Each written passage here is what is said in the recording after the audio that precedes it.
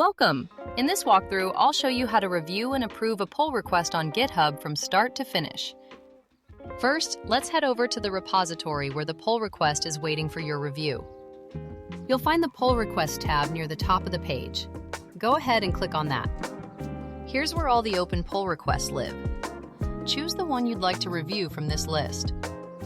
To see what's actually changed in the code, we'll switch over to the Files Change tab. When you're ready to provide your feedback, look for the Review Changes button over on the right side.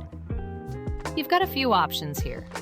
If you just want to leave some notes without formally approving, choose Comment.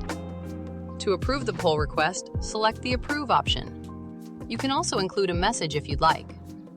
Alternatively, if the code needs some work before it's ready, you can choose Request Changes instead. Once you've made your selection, click Submit Review to send your approval through. Perfect! You now know how to review and approve pull requests.